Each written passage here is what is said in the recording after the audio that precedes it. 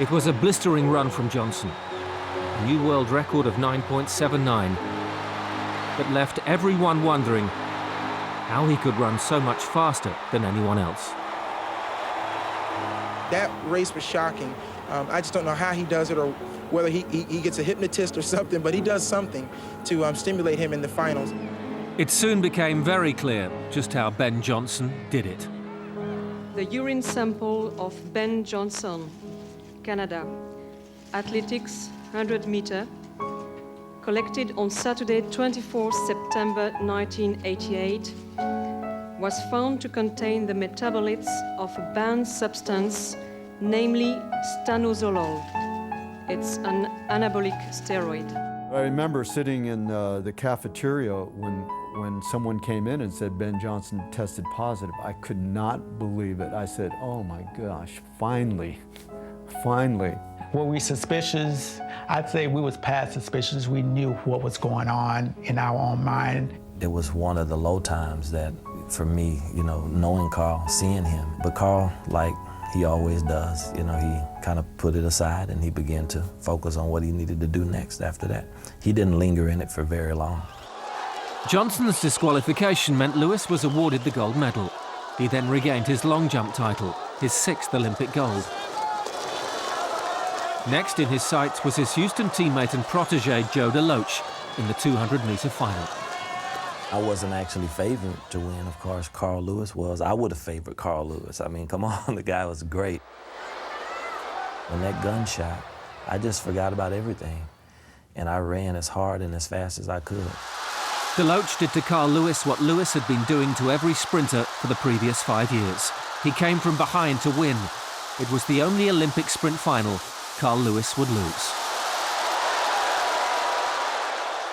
He came over and he hugged me and he said, I couldn't have lost this race to a better person. And he gave us all that confidence that we needed to excel to really being great world-class sprinters. DeLoach was one of several world-class athletes who trained with Lewis at the University of Houston and formed the Santa Monica Track Club. One of Lewis's greatest achievements was to nurture fellow athletes to become world record holders and Olympic champions. First of all, Carl's a great teammate.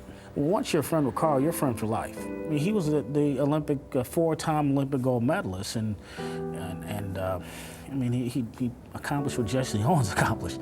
And so we all had a lot of respect for Carl, but at the same time, we had a model of what we needed to be as athletes right there in front of us. He was a leader, and I think what he did was he defied a lot of stereotypes that are floating out, you know, around there about sprinters.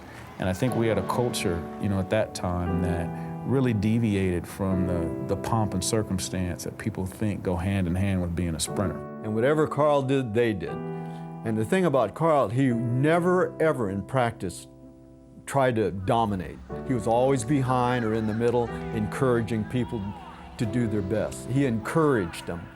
If it hadn't been for Carl, I don't know if some of them would have made it as far as they did. It was Carl Lewis's training ethic, the way he approached training. He was very serious and committed to it. It was very businesslike for him. You know, when Carl Lewis arrived at the track, he got out of his car ready to get out there and be the best that he could be in training. One of his Santa Monica teammates had overtaken his senior partner. Leroy Burrell was World Athletics' new fastest man, but Lewis was reserving his energy for the big events. Some guys, they got to win them all. If they don't win them all, then they start doubting themselves. Carl wasn't like that at all. You know, Carl could lose a race and like, oh well, I wasn't really in good shape anyway. So I think it really all boils down to he never really doubted his ability. Carl was able to say, you know what, I might not be in great shape, but I still got it up here. I still got it in my head. I know I'm not at my best this meet or this week or even this year. Next year I'll be just fine. Some guys can't do that. Into the 1991 World Championships in Tokyo, few gave Lewis a chance against Burrell. I think going in, I may have beaten Carl like 8, 9 races in a row or something like that.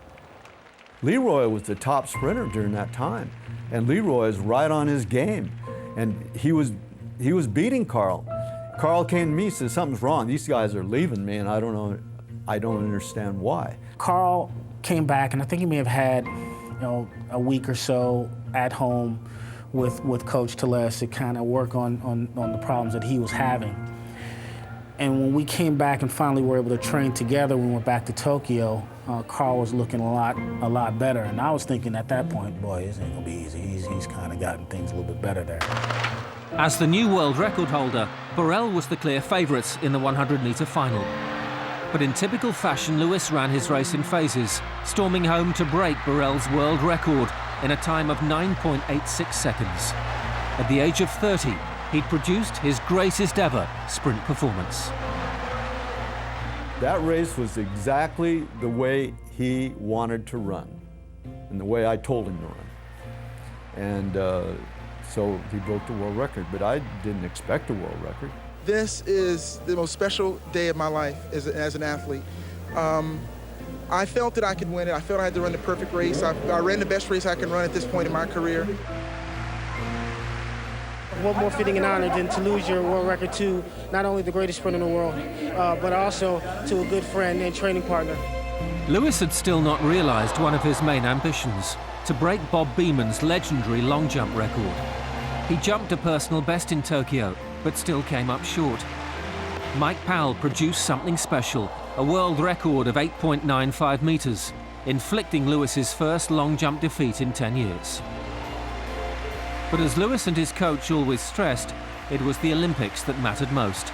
In Barcelona in 1992, he won gold in the long jump for a third successive time. And then another gold in the 4x100 relay, leading a Santa Monica-based team to a world record time. Lewis was now a veteran. Injuries and poor form meant he missed the next two World Championships. But his focus was on the '96 Olympics in Atlanta. I'm going to have a season next year that's going to surprise everybody. That's not talking, it's not brag, it's not boasting. It's just saying what I'm going to work for, and I know physically what I can still achieve and what I expect to do. Lewis trained for the long jump like never before. His longevity in such a physically demanding event was astonishing, especially at the age of 36. I think in '96, he was ready to jump really far. And I thought he was as fast as he's ever been on the runway in '96. On a windy day in Atlanta's Olympic Stadium, Carl Lewis won the long jump for an incredible fourth time. His 9th Olympic gold. Carl kind of took his career full circle because, he started as a long jumper. And he had a tremendous amount of success and won several medals in sprints. And the long jump was always there. I mean, it was just like his bread and butter. I think you're going to get back to what you've done best and where you're most comfortable. And I actually think Carl was probably most comfortable in the long jump. It was the fitting end to a career spanning 17 years. In 1997, Lewis made the decision to retire. I didn't know what it would be like to retire. I had no clue what it would be like 5 years ago, 10 years ago, 3 years ago. I didn't know. But when you've done what you feel, when you've accomplished everything you feel you can accomplish, then it's okay. And I didn't know that. Now I do. 9 Olympic gold medals, 8 World Championship golds. The first man to win the Olympic 100 metres twice, Carl Lewis was the greatest sprinter of his generation and the greatest long jumper of all time. I think he did an incredible job of learning the fundamentals and the principles of sprinting, from an early age, and even and mastering them, to such an extent that he could still execute them even though, 80,000 people are watching. And those things take years to learn. And I think that's the thing that separates him from everyone else. Carl just did an amazing job, just under pressure. And I think the mental strength, that he brought to the sport and to sprinting, is something that, should be, emulated. Today, his legacy is clear. He helped to professionalize an amateur sport. Carl Lewis was an athlete who performed at the very top and never doubted his own ability. His mechanics were flawless. I mean, he was one of the only sprinters that can run gracefully.